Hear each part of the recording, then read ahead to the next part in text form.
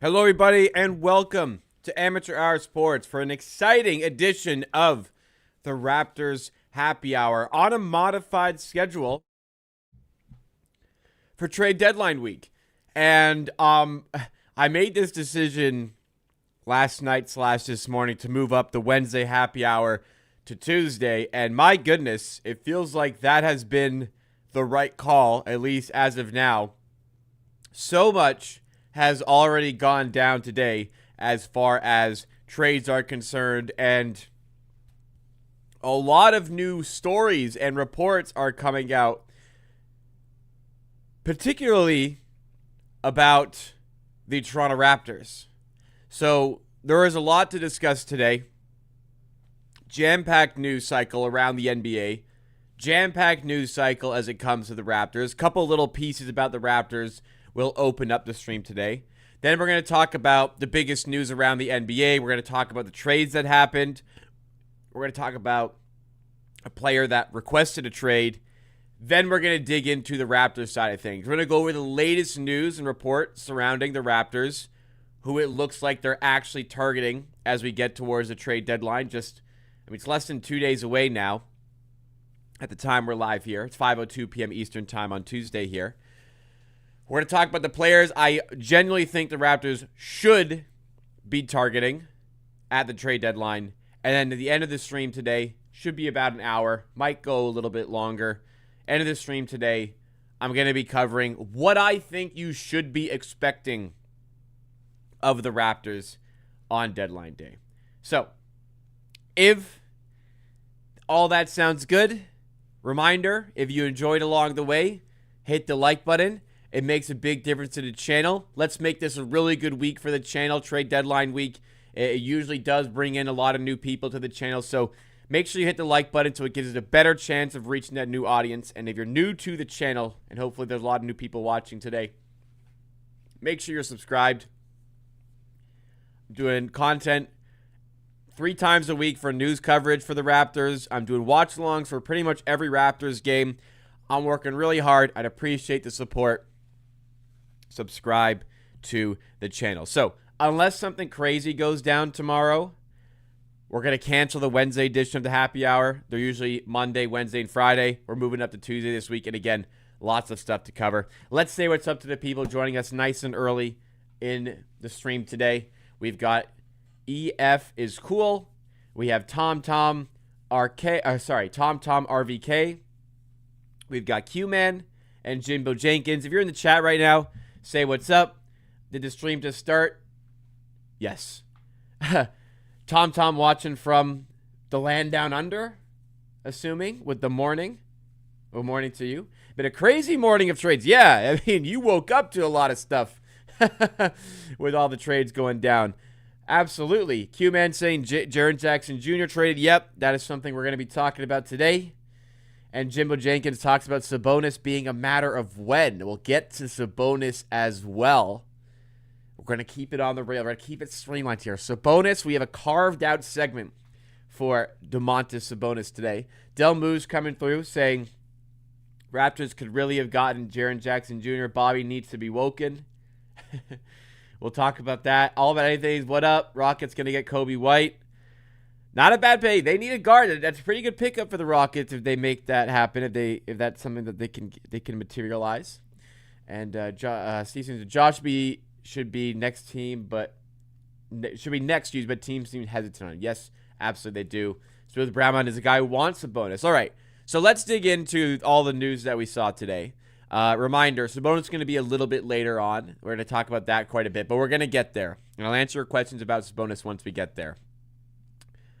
A little bit of an appetizer, though. Some interesting news about the Raptors. I mean, I like this. I like this.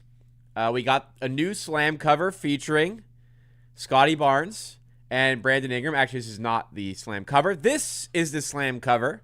We have got Scotty Barnes, Brandon Ingram on the cover of Slam.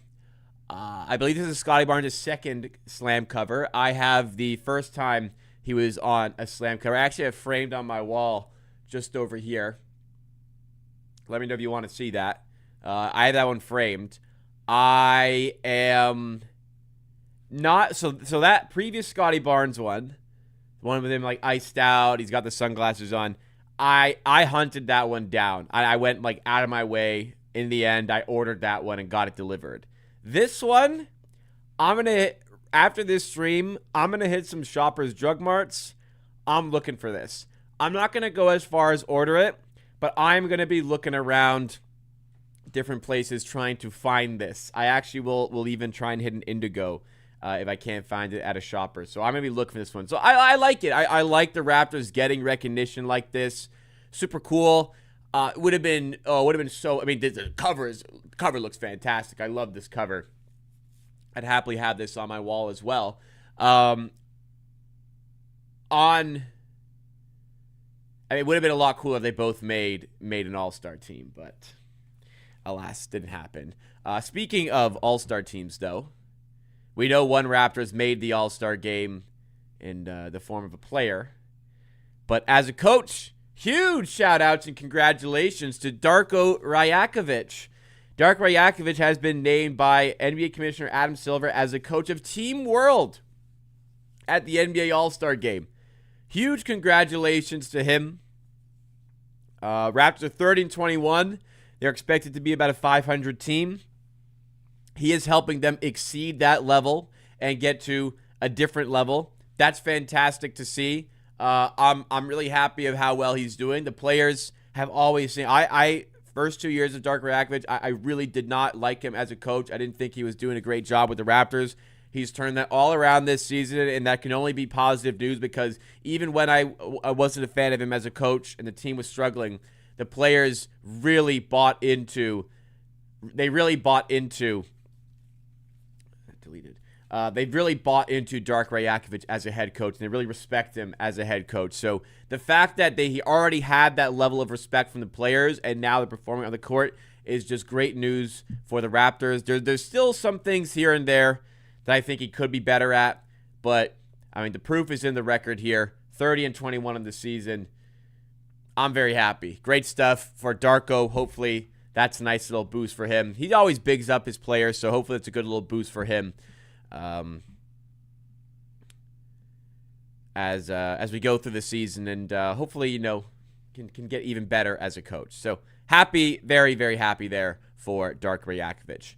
Now we shift into some of the NBA news that we have going on right now, and this one I saw. This was last night, and I had to was this last night? I think this was last night. I had to double and triple take. It was last night. I remember now. I was in a bar with some of my soccer teammates, and I had to double, triple take, what the hell's going on here? Because this one, usual suspect, but it really did come out of nowhere. James Harden working through whether the side can find a deal by Thursday's NBA trade deadline. Where on earth did this come from? The Clippers had completely turned things around this season and very much look like a team that can be a contender in the Western Conference. James Harden playing well. And all of a sudden, James Harden is looking to go to a different team. I have no idea where this has come from. The Clippers teammates of James Harden are also shocked and don't really understand what's going on here. But I'm shocked what's going on here. Absolutely. I don't know how much I should be, though. It's James Harden once again asking for a trade away. He did it with the Houston Rockets. He did it not as aggressively, but he did it aggressively with the Brooklyn Nets. He did it very aggressive with the Philadelphia 76ers. Told a bunch of kids in China he'll never play for Daryl Morey again, which is crazy. And then this now. I don't really know what's going on here. I guess he wants the extension. He wants to get paid. The Clippers probably this is the last chance saloon for this core. Maybe they're just thinking, we're going to pivot off of this core and we're not going to extend him to a big deal.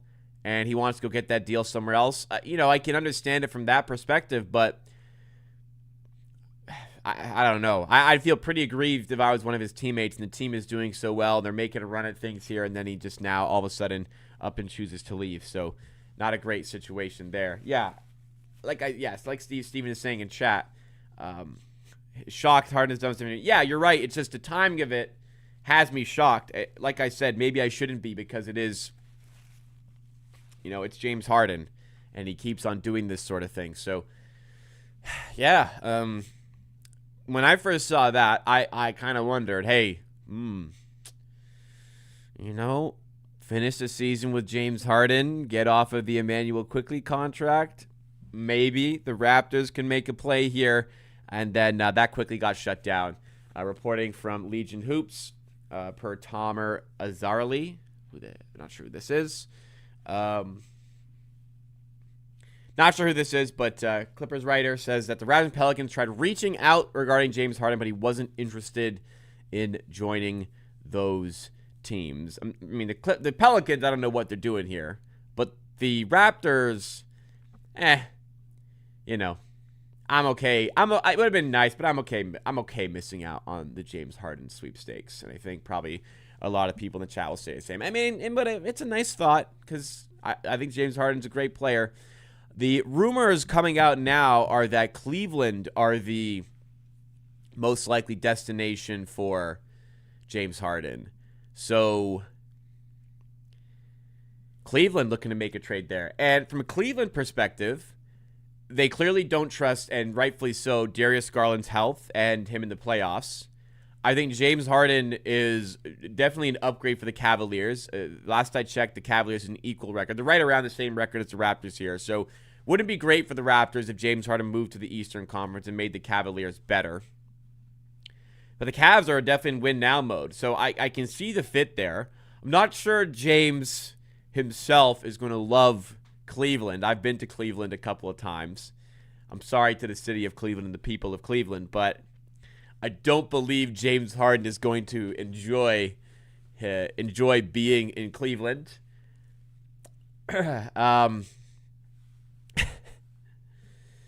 But from a pure on-court standpoint, I can very much see. I can very much see that working out. Offensively, that should be great. Defensively, still dealing with the lack of defense in the guard spots. I don't think Harden changes that. The worry kind of has always been they don't have a point of attack defender next to Donovan Mitchell. Like, Drew Holiday in his heyday would have been like such a prime fit there. Obviously, it didn't materialize, and Drew Holiday did so well for the Bucks and for the Celtics, but I like it. I think it's an upgrade for Cleveland. As for the Clippers, I mean, if James is going to leave here, taking a swing on Darius Garland, definitely not a bad risk to take. It's a risk, but definitely not a bad risk to take. But just incredible timing here, and it's just James Harden once again, James Harden just killing like his team's chances and things like that. What's wrong with Cleveland? Is it grimy like Buffalo or Detroit? So I've been to Buffalo many, many times. I've been to Detroit once, and it has a little bit of that grimy feel. Not quite like... it's not as bad as Detroit, for sure. But it's like a city built on... It's like an old Rust Belt city that as like manufacturing processes started to go away, large portions of the city were just not really able to recover. So there's like some decent spots. I was at one of the universities for soccer at the time, and that was nice. But like the city itself wasn't super pleasant to go around.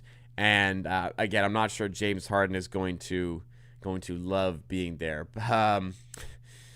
Yeah, we'll see. I mean, James Harden's contract right now, he's gonna want a big extension. Evidently, that's probably the reason why this trade, he's been motivated for this trade. So next year, it's a player option with 42.3. He is 36 years old. So the time contracts roll around, he'll be almost 37. He's probably going to want to lock in another 2 years here while he's still playing good basketball. You know, if he goes like, if you could get him like high 30s, I don't think that's that bad of a deal for Cleveland to really, really try and make a run with Donovan Mitchell, Evan Mobley. Jared Allen just had a good game. Hopefully for them, he can take this a step in the right direction. But yeah, just that was a little bit shocking to see last night. Even though it is one of the maybe least shocking player to request a trade there. We'll see. So Sabonis could really help this. We'll talk about Sabonis. We'll get to Sabonis, guys. We don't need to rush here. We got an hour. We got an hour of content to fill. We don't need to rush. A couple trades actually happened today, which we're going to talk about here. Well, a few trades happened, but one I wanted to focus on first of all. Jaren Jackson Jr. has gone to, of all teams, Jaren Jackson Jr. has gone to the Utah Jazz. The Memphis Grizzlies traded Jaren Jackson Jr., John Concher, Jock Landale, and Vince Williams Jr. to the Utah Jazz. In exchange, they got Walter Clayton Jr., rookie, okay, point guard. Maybe there's potential there. Kyle Anderson, a vet, not offering much these days. Taylor Hendricks, guy who hasn't realized his potential yet as a former top 10 pick. Georges Niang, a vet, guy who can shoot. And 3 first-round picks here. So when I first saw this, my first instincts in reacting to this trade here were that the Grizzlies probably didn't get as much as they could have gotten for Jaren Jackson Jr. I see a trade like this and I went man, could we have done that, right? I probably would have been okay giving 3 first-round picks for Jaren Jackson Jr. I think the Grizzlies in the end, they get, as Steve Steven adds in the chat, they get 7 first-round picks for Bane and Jaren Jackson. That's not bad. I don't think you can really be necessarily upset about that.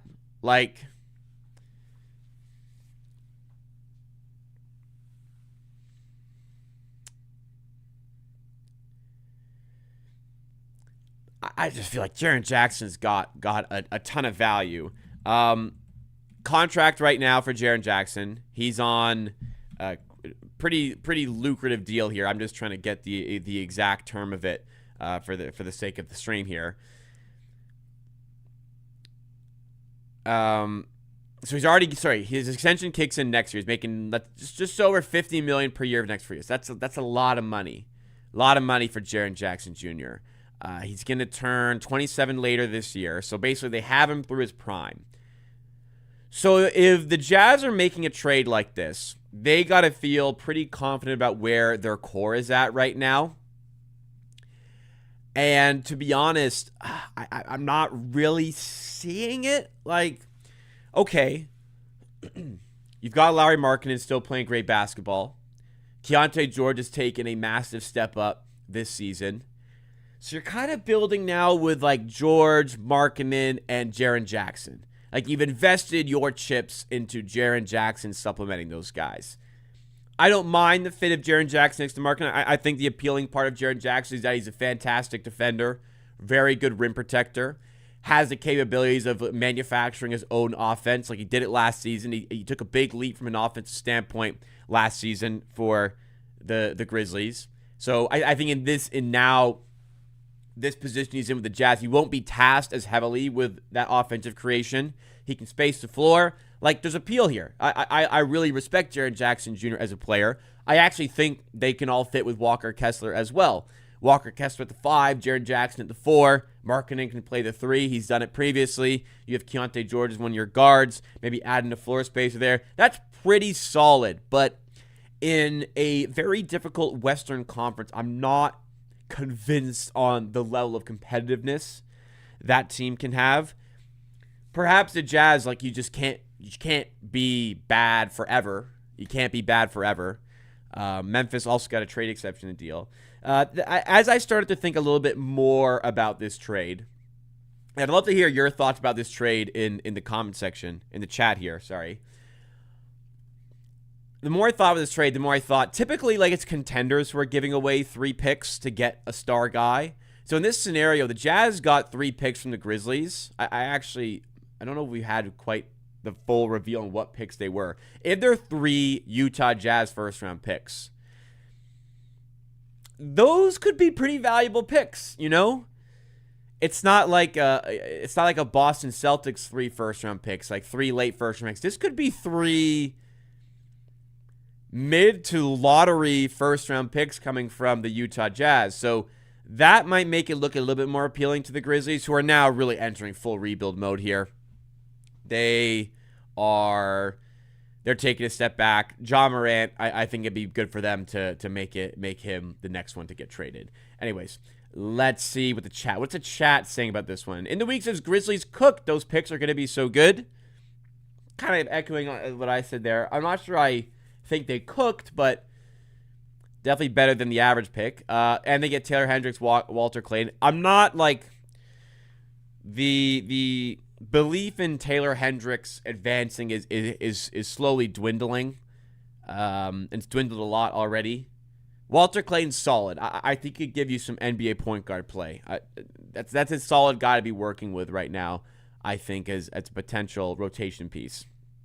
Casey said the funny thing is the Grizzlies got more picks for Jaren Jackson Jr. and Desmond Bane than either Luka or Trae Young trades. Yeah, it's incredible, you know, how situations can change so quickly for a certain guy. I mean, Luka Doncic is obviously the worst trade in NBA history. For Trae Young, like just how quickly a situation can change and how quickly value can change there. I'm sure like 2 years ago they wouldn't have taken 3 first-round picks for Trae Young, and now look what they didn't even get a first one. They got like salary dump for him essentially. Grizzlies have been pretty good over the years, so they should rebuild in a timely manner. They have a good organization, it seems. They draft pretty well. They've had some good success stories out of the draft, so we'll see if they can do similar with kind of a new era here. They want to build with Zach Edey and Cedric Coward. Cedric Coward was a pretty solid rookie. Zach Edey, when he's on the court, pretty good there. Here are the picks. So it's a Jazz 2027 first, a Lakers 2027 first, and a Suns 2031 first. Okay, thank you for that in the weeds. I think the Suns could be possibly really bad then. The Jazz 2027 first. Probably like a late lottery pick, I'd guess. Maybe even, that's probably a decent pick, the Jazz 2027 first. Lakers 2027 first. I don't know. It's tough to say. A team with Luka Doncic. Can't really bet on that one too heavily. That's not fantastic. I don't know. The Grizzlies did okay in this. I don't think they got quite as much as they should have done, to be honest, for Jaren Jackson with this much security on it. I don't know. Grizzlies, I think it's fine. I don't love the Jazz going all in with this sort of, not all in, but like investing with this sort of team, but maybe they just don't want to be bad forever, right? There's a report circulating that if Jakob Poeltl doesn't play tomorrow against Minnesota, Kings are not going to do the trade. Strange one because, well, we'll talk about Sabonis in a second, but Jakob Poeltl's been out for like a long time, so why would him missing just another why would him missing his 22nd game in a row be something different? I have no idea. I have no idea why. Not sure how much I believe that. But anyways, we'll get to Sabonis in a second. One more thing I wanted to go through before we start talking Sabonis. Another trade I wanted to bring up. Boston Celtics making moves. Nikola Vucevic going to the Boston Celtics. It'll be Vucevic and a second-round pick to Boston. Anthony Simons and a second-round pick to the Bulls. The Bulls just keep adding guards. They also added Jaden Ivey and Mike Conley today. Whole lot of guards. Whole lot of guards, it says here. Look at that. And I'm pretty sure they added Mike Conley and Jaden Ivey today as well, if I'm not mistaken. So, whew. For the Bulls, don't think this does much. For the Celtics, Vucevic is a very talented offensive piece there. That's correct. Yeah. Wow, the Bulls love their guards, eh? I'm not I mean, what do you guys think about this? I'm not super sold on Vucevic on the Celtics, just because, like, the defensive side of things there. They've really done well operating with defensive anchors there. Like, Porzingis was a very, very good defender when they brought him in. Al Horford's a very solid defender. I don't know. I think Vucevic could stand to upgrade his play playing with the Celtics. I'm just not completely sold. I mean, the Celtics didn't give up much to do it, so, you know, it is what it is there. If Vucevic's expiring contract, I think that only helps the Celtics as well. Let me see. I'm pretty sure he's got another year after this, Vucevic. No, this is it. He's a UFA in the year. So that salary is coming off of the books. Simons. I mean, Simons has multiple years. No, Simons is also coming off the books at the end of the year. Okay, I mean, it's an upgrade. I think the Celtics got better here. It's an expiring contract. I don't think the Celtics... I think the Celtics made a good move here. The Bulls... I don't know. I don't really see the motivation to do this, but... Fine. I don't know. Fine, I guess. I don't know. Don't really know what the Bulls are doing, but they're stacking up guards like Infinity Stones. Anyways, let's get into the Raptors side of things. All right, let's get into. Well, actually, this last thing. The defense here is if this is like a playoff lineup: Pritchard, White, Brown, Tatum, Vucevic. Offense is excellent. I mean, yeah, I don't know where the defense is coming from with this lineup. And the Celtics have been such good defensive teams. I don't know. We'll see how it looks. Mazzulla's a great coach. Now it's time, guys. Let's take a look at where things stand with the Raptors. A lot of new reports coming out about where the Raptors are at concerning some of their more high-profile targets. And there is some particularly very interesting developments on the Domantas Sabonis front that we're going to get into right here. Chat's buzzing. Everyone's buzzing. People are wondering what is going on here. And to be honest, at the start of the day, I kind of felt like I don't think this is going to happen, but definitely keep a lookout. It is a distinctly possible chance the Raptors do make a move for Domantas Sabonis before the NBA trade deadline. Absolutely. Now that we have new information, wow, it is feeling like it is getting to be more likely than not the Raptors are going to be trading for Domantas Sabonis. A lot of new information coming out today suggesting the Raptors are strongly pushing to make this deal happen. They want to get off the RJ Barrett contract. They want to get off the Jakob Poeltl contract. And the framework right now is looking like the Kings will be able to take on RJ Barrett and Ochai Agbaji. The Raptors will receive Domantas Sabonis. And then a third team gets involved and receives draft capital in order to facilitate taking on that Jakob Poeltl contract. Really large shame what's going on with Jakob Poeltl. The extension, you know, we're coming into a season where Poeltl would have had a player option at the end of this year. So you could essentially look at it like he was coming up to unrestricted free agency if he did not take that player option, which he was outplaying like a $19.5 million contract. He's probably outplaying a $19.5 million contract. But the extension kicked in, and Poeltl just has not been healthy. I don't know what the situation is. He's missed over 20 games now in a row. He hasn't been healthy all year. Like, even in the 20 games he played, he wasn't looking healthy. Poeltl is a great player. I think Poeltl fits really well with his current Raptors group, so it's a shame that things are transpiring as they are. But things have transpired as they have. So the Raptors are looking at it like this Poeltl contract might be a huge problem, and getting off it early might be the right way to go about things. $19.5 million this year for Poeltl, $19.5 million the next year. Then it kicks up to near $30 million per year for the 3 years after that, with the final of those 3 years on the extension part of it being a $5 million guarantee.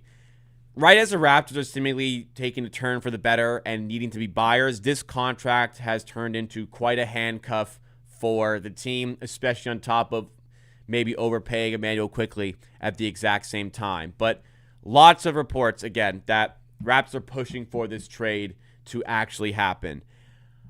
I am getting the sense at this point that I'm starting to feel like this is going to happen. I am starting to believe this is something the Raptors are really pushing to get done, and there is a mutual interest from the Sacramento Kings because they want to get off of Domantas Sabonis. They want to trade him. He wants to go. They want to start fresh while they're also collecting bad contract after bad contract. You know, like they already just got DeAndre Hunter. Now they're trying to get RJ Barrett. I don't know what the Kings are cooking, but they have a desire to get off of Sabonis. So what would the framework have to look like for this trade to materialize? Let's try and construct it as best as possible here. Sabonis goes to the Raptors, and we have to add in a third team here, actually. We'll do that in a second here. Sabonis goes to the Raptors. RJ Barrett and Ochai Agbaji go to the Kings. That's the current look and framework of it right now. Raptors need to get rid of a lot more salary here because Sabonis is making a lot of money. That is where the third team comes in because the Kings, as bad of an organization as they are, they don't want the Jakob Poeltl contract. They don't want the Jakob Poeltl contract. And you can understand why that's the case.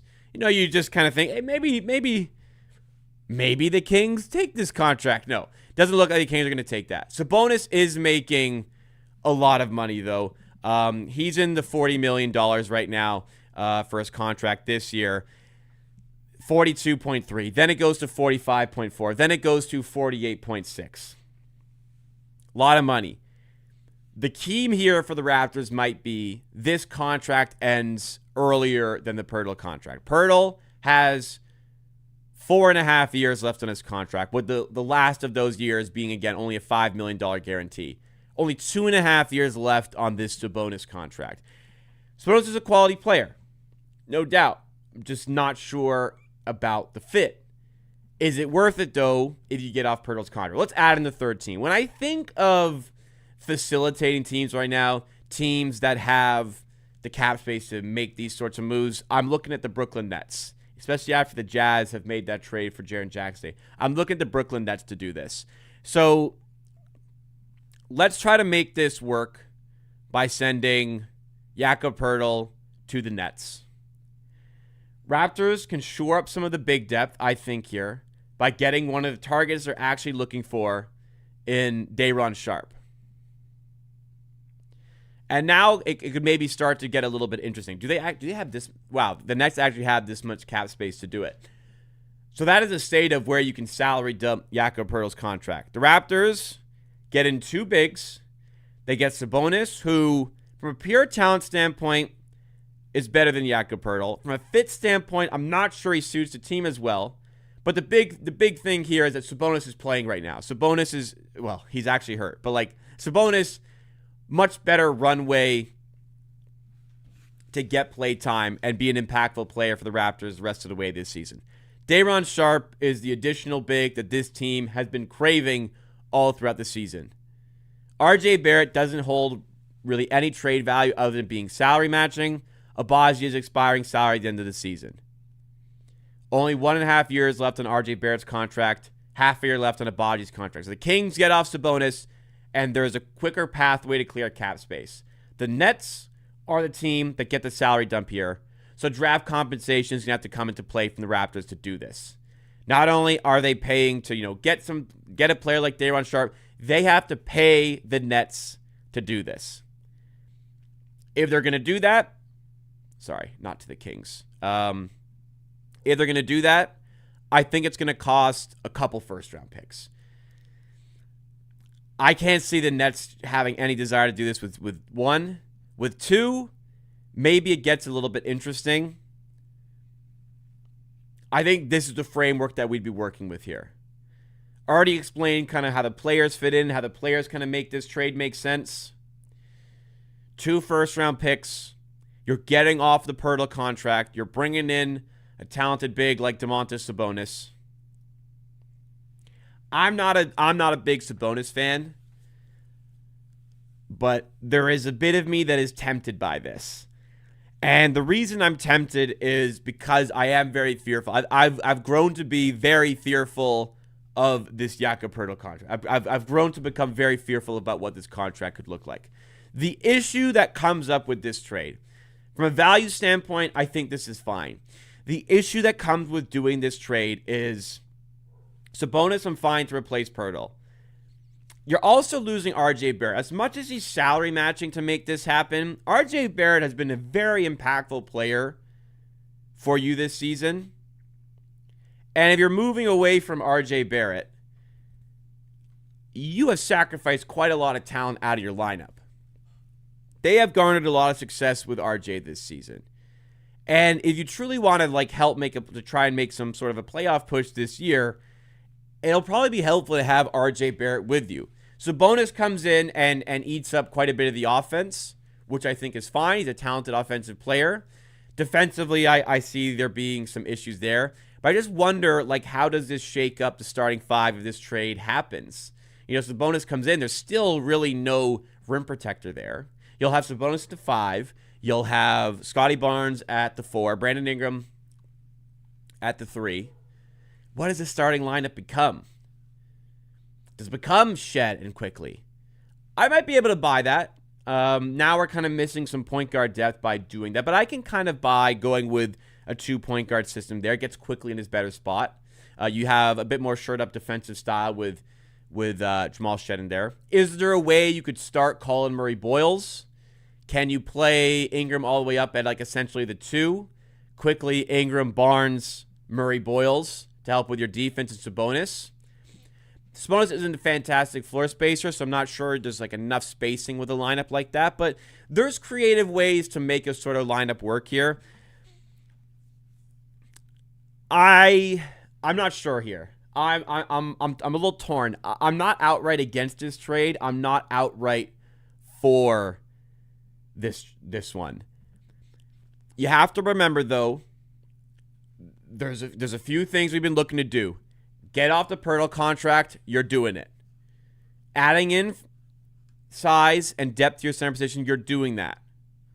Ducking the tax is important. They're doing that. This trade makes them a non-tax team.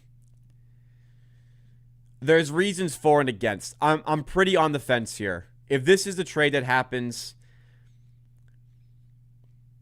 I wouldn't be upset, but I'm not exactly jumping for joy either. Because I do feel like RJ provides a lot of value here. But Sabonis, Barnes, Ingram, there's talent there. That's a lot of offense. That you're getting points there. Sabonis screen setting for those guys.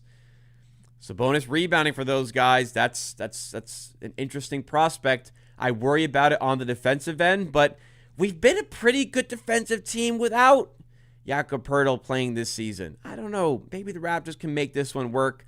Right now on Kalshi, Sabonis is up to a 58% chance to get traded. 59, 58. That's gone up quite a bit today.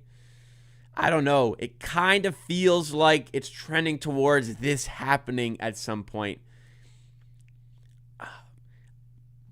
I might be getting to a point where I'd be a bit surprised if it doesn't happen here at this point. The Raptors have clearly shown a motivation to trade RJ. They want to get up the Poeltl contract. They can kind of do that here. I don't know. You guys just let me know what you think. It's an interesting one to think about. It is certainly an interesting one for the Raptors to try and take on. If you guys are enjoying, by the way, as you maybe think about getting some chat in on this one, if you're enjoying so far, take a second, by the way. Make sure you hit the like button if you haven't already. It does make a big difference. Channel supports the channel. Subscribe if you're new. Doing a lot of trade deadline coverage throughout the week here. Let's see. What's in between Quickly and Barrett's contract? So Quickly makes about 32. Quickly's on $32.5 million. RJ's on $27.5 million. The issue here is that you need point guards. You need ball handlers. It's tough to make this trade without having Quickly as your guard and somebody who's a floor spacing threat. Unfortunately, RJ Barrett just doesn't provide that sort of style. Stylistically, Quickly makes more sense with this team. I know people are feeling better about trading Quickly, but Stylistically, I think Quickly supports this one a bit better. And on top of that, Quickly's contract is extremely undesirable. It's a lot easier to make this trade with RJ Barrett's contract, because that's only a year and a half to go. Quickly's got 3.5 years to go. The Kings probably have no interest in taking that contract there. Scotty and CMB and Sabonis lineups make it work. Yeah, I could see it there. You could hide part of the defense, part of the defensive struggles that Sabonis has by making this trade here. Sabonis, he's been with playoff teams before. He's had success. He's had success in the East previously. I've slowly become a little bit more sold on this deal, to the point where I'm not upset if it happens here. Who is RJ? Why the hate? Is he just too low ceiling? Is it value in, value out? The Raptors, from the Raptors' perspective,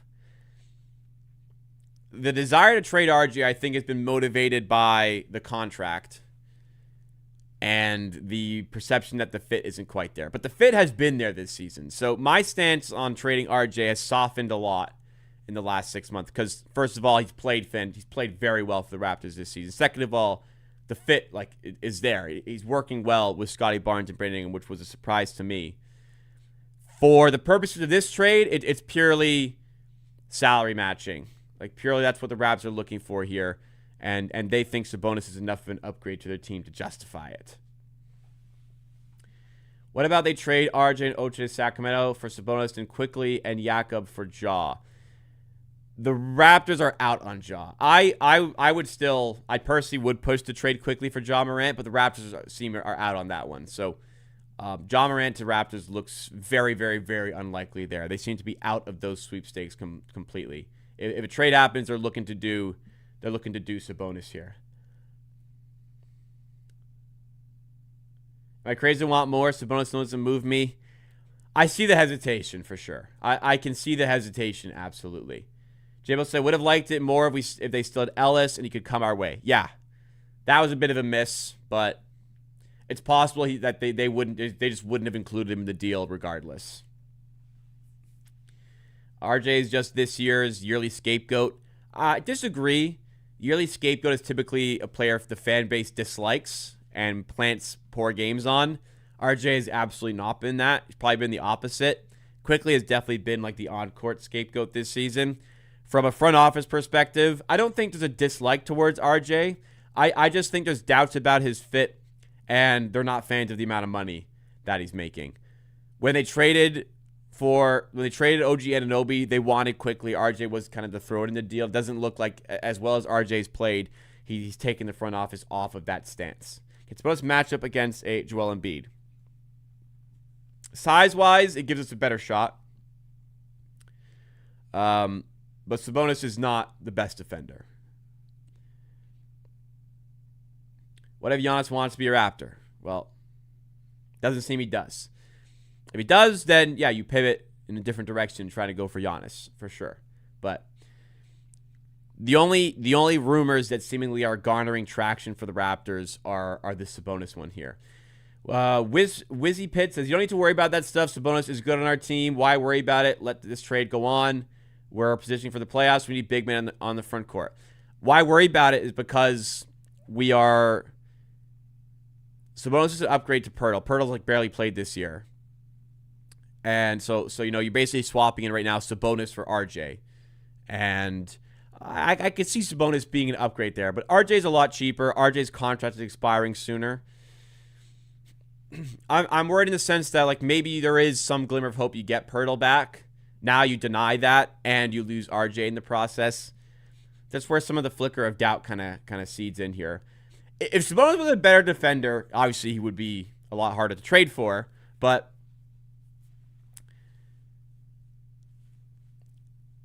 so he's not. The defensive side of it worries me for the Raptors. They found ways to be successful in defense too, so maybe they can still make it work here.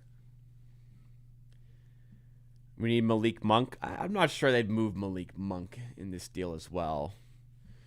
For the sake, let's see if we can. Is there a way for Malik Monk to come to the Raptors? That's a big contract, man. 18. Wow, that's a lot of money for Malik Monk.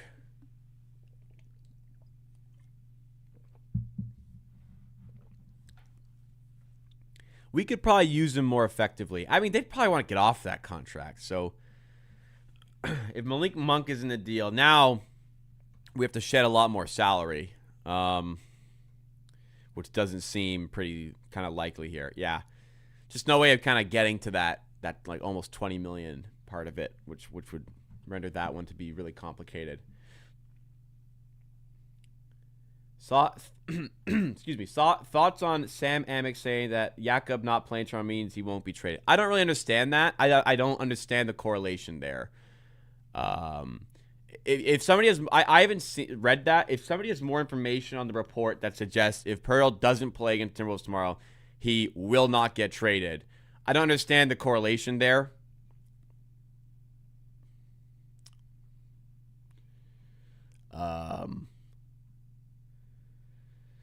Like, he's been out for a while. If you want to trade for him, you probably don't want him to play and possibly get more injured. Like, you probably want your own staff to work on that. So I don't really get that.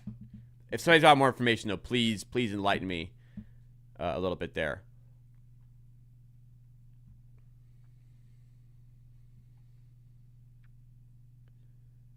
How would I feel if DeRozan was attached to this bonus trade? I'd feel sick to my stomach because DeRozan makes too much money for the player he is. I know he's a Raptors legend and he should have his number in the rafters, but good Lord.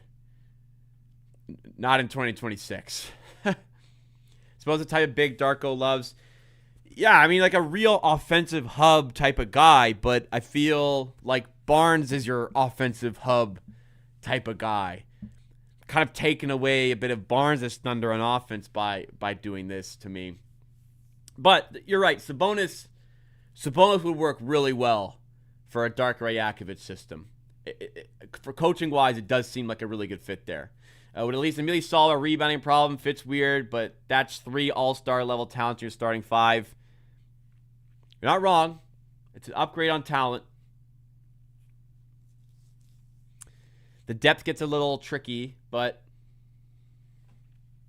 again, I can see a reality where I kind of like this.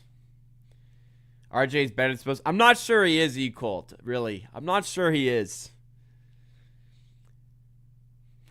RJ's good, but on offense, I think Sabonis gives a bit more. And defensively, they're both kind of weak. I don't know. RJ does more for his contract than Sabonis does, no doubt. But positionally, there's a greater need for a center than a wing for the Raptors. Pearl's excellent. He is. So is Sabonis, though. So is Sabonis. The East teams are all doing win now moves. The Raptors stand pat. It would be the dumbest decision they've made. Not really. It's a youngish core. They've got time to still maneuver with it. I don't think they need to rush into things necessarily. But if a trade is there to be taken, then they can go do it. I want Miles Turner. I'm not a big fan of Miles Turner. Like, Sabonis solves the rebounding problem. He's a much better passer.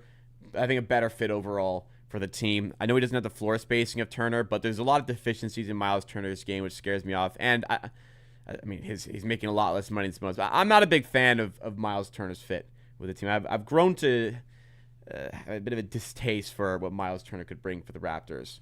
Wanted Vooch. I'm okay without Vucevic, to be honest. What trade do you think will be pushed past the deadline? Pushed like what they're pushing for? It looks like this Sabonis one, to be honest. It ducks to tax. It gets rid of the Pirtle contract. They get off RJ, which they've wanted to do. Seems like it's desirable for them to do it. If RJ doesn't play tomorrow, you know the smoke is real. If RJ sits out, then that is a real what is going on in Toronto moment. Absolutely. Rather 39-year-old Lowry very quickly right now. That's just categorically false. Quickly's been fine. I think people are misconstruing the quickly criticism this season for him being a bad player. He's been fine. He's just not playing up to a $32.5 million point guard, which is what he's paid right now. he's been fine.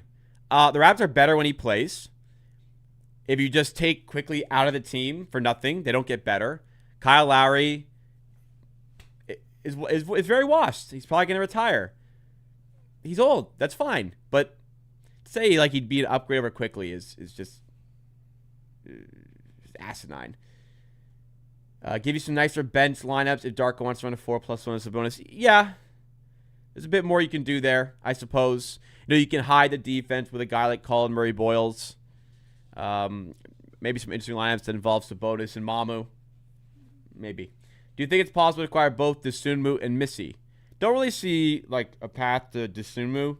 I can kind of see one for Yves Missi, but I don't think those are I don't think those are going to happen there. Cole prefers Sharpe, Missi, or Goga. Well, in this trade, you get Sharpe. So you get Sharpe as well in this trade I've constructed. As for, Goga, I do want to, I do want to finish up with the players I'd like the Raptors to target. So I'm not sold on this Sabonis trade, but I'm not like completely against it either. I'm really sitting on the fence on this one, which I don't like to do. I'm very conflicted mentally on this one. I like to give my stance. I don't shy away from giving my take. This one I'm not shying away. So I don't know how I feel. I feel very conflicted about this Sabonis trade. I'd be quite comfortable also pushing for just solidified depth in this position. I think Goga Bitadze is still the prime sort of candidate for the Raptors here. Not as interested in Yves Missi. I don't think a Day'Ron Sharpe trade is as reasonable to execute. I think it's more expensive to do that. I think there is a legitimate pathway to trading for Goga Bitadze, who's given some great minutes to the Orlando Magic this season. Solid minutes. Not great. Solid minutes. 16 minutes per game. 6 points. 5 rebounds. Efficient scoring. Good rim protection. Good defense. Good rebounding. Like, this is a guy that could provide solid rotational minutes for the Raptors in a position they are desperate to get depth in. And I don't think this is a trade that is really costing the Raptors much. I think that Goga Bitadze, he was DNP when we played the Thunder. They have Mo Wagner back. They seem to prefer Mo Wagner for their depth at center. They have Wendell Carter, Mo Wagner. They don't need a third center, really. His contract, he's got $7.6 million for next year. I think that's affordable for the Raptors to take on. You send him here. They could use some wing help and some additional floor spacing. Agbaji shot like shit this season. Maybe a change of scenery can help him there. Agbaji goes to the Magic. Bitadze comes to the Raptors. We incentivize this trade because I think it's a better fit for both teams. We incentivize the trade a little bit further by trading away a second-round pick. Maybe not this one. Maybe not the Lakers. Maybe let's say any second-round pick, whatever. And we have to add in a bit more money. $2 million. Framework here, I think, is reasonable. Okay, they need floor spacing. Does this work with Jamison Battle? It does. Jamison Battle is struggling to get play time with the Raptors. I'd hate to lose him, but the reality is he doesn't play that much. You give them a couple more shots at getting floor spacing. They're not a great three-point shooting team. I know we aren't either, but we're not using Jamison Battle a lot this year. Agbaji, we shouldn't be using because he's not been very good. I think there's a way that both teams are kind of satisfied with this trade. They already have the bigs. They don't need Bitadze. They get 2 guys that could help them here. They get a second-round pick to sweeten it. I think this is reasonable from both sides. This is one I would support, absolutely. If the Sabonis one isn't going to happen for the Raptors. Bitadze, I don't think becomes a starter for the Raptors, but a good. I mean, he could be, but he's absolutely at the very least a good bench piece to have in the matchups you need it. Like against the Magic when we struggled without a big, and like against the Knicks where we struggled without a big, and Cat kind of cooked us on rebounds, and even against the Jazz because they had a bit too much size with Nurkic and Markkanen. Why would the Magic want to help the Raptors? Usually when you do a trade, you give things to the other team that benefits them. So it's not like it's just a one way. Just give us this guy. Like, we're giving stuff back that is interesting to them, like additional floor spacing potentially there and the second-round pick. It's not like we're giving nothing in this deal. That's how trades work. You balance out value on both sides for both teams to think they're getting a fair or good deal. It's not a one-way street here. So, you could just say, why are the Raptors helping the Magic? Like, they're not. It's a trade. That's how things work here. No team just gives stuff away. James Battle's awesome. He's just starting to dunk this year. I know people like James. He doesn't play. He gets like 5 minutes every other game. He doesn't play. So why have this guy kind of hanging around? I'm fine keeping him. I'm not saying I'm not. I'm just saying, in this trade scenario I've built here, that's not a sticking point. That's not going to be the thing that's, I can't do this. Jamison Battle, man, I can't do this trade. I do it. They don't use him. I like him. I think they should use him more. They don't. Right? Anyways, getting down to the end of the stream. I don't think Dosunmu gives the Raptors much, personally. Yves Missi, again, I'm fine with that as some center depth as well. All right, so the Sabonis trade. That is the big one.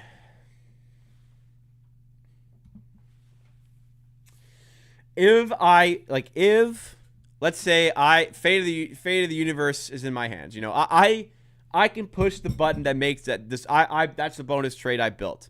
I get the decision. Bobby Webster says, he gets on the phone. He goes, hey, Jacob, love your channel. This is obviously not happening. Hey, Jacob, love your channel. And really respect your takes. I think you have a great understanding of this team. We have this trade in mind. Wondering your thoughts. If you give the yes, we are going to proceed. If you say no, we are going to back out. Let's role play. Let's pretend in this obviously impossible scenario here that this is not going to happen, and nor do I believe it's going to happen, nor do I really want it to happen. This is the trade. Bobby says, you okay this, we're going to do it. Would I pull the trigger? Raptors get Sharpe and Sabonis. Kings get Barrett and Agbaji. Nets get 2 firsts from the Raptors and Pirtle. Do I pull the trigger? So the Kings get, they lower their salary bill, and the salary comes off quicker than Sabonis' salary does. That is why the Kings do this trade. The Nets do this trade because they get 2 first-round picks here. All they got to do is swallow up that Jakob Pirtle salary. Raptors do this trade because they get off the Pirtle contract. They add in the necessary depth to their bigs that they require. They get under the tax, which is a requirement as well. And you could argue they're upgrading on Barrett by acquiring Domantas Sabonis. I will force myself to not sit on the fence here. I think the more I've thought about it, the more I've pictured it, the more I have begun to actually think this might be a good trade for the Raptors to do. If Bobby Webster called me and said, you're the decision maker, would you do this trade? I think I would, yeah. I'm no more, I think I would do it here. Not like, I'm not 100% sold, you got to do this, but I am teetering above 50% here that I think this is a trade that is a benefit to the Raptors. I think we can make the Sabonis fit work. I'm okay investing in some talent around Barnes and Ingram. A three-man unit of Barnes, Ingram, and Sabonis is interesting. There's a lot of talent there. That's a fun offense. I think that we've proven we can manufacture good defense with Scotty Barnes running the show. I think we have the players that could step into the starting 5 to replace RJ Barrett here. You could keep Colin Murray-Boyles there and slide him to the 4. You could put Shed in the starting 5. Colin Murray-Boyles off your bench. I'll do it. I'm not going to be pressed if we don't get this done or anything, but something like this I would do.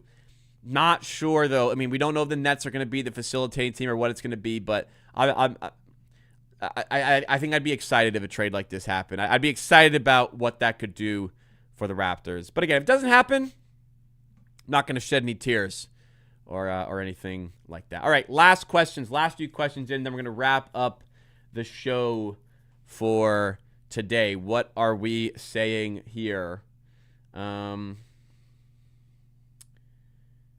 It's supposed to actually injury sitting out like Ja. I'm not sure, actually. I'm not sure. But whatever injury he has, it's not as serious as the Jakob Poeltl injury. Maxime Reynaud. I don't know. I guess you could make a play for him, but probably need a bit more of an assured presence there for this season. Jacob Gramegna agrees with me. The more I think about it, the more I kind of like it.